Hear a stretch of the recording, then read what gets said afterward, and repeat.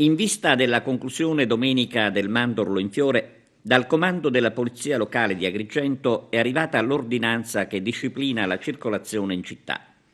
Istituito in via Imera il senso unico dalle 8:30 fino a cessate esigenze nel tratto compreso tra piazza Vittorio Emanuele ed innesto con la statale 189 viadotto Garibaldi.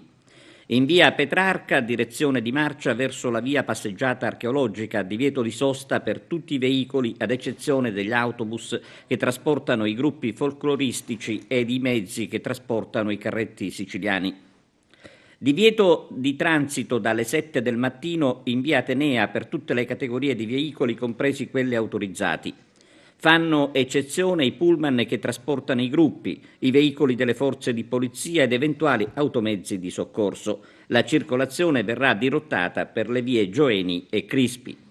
Le aree di parcheggio consigliate si troveranno in piazza Vittorio Emanuele, in via Cicerone, via Plebs Rea, via 25 Aprile, via Giovanni XXIII, via Imera, via Crone, parcheggio delle ferrovie.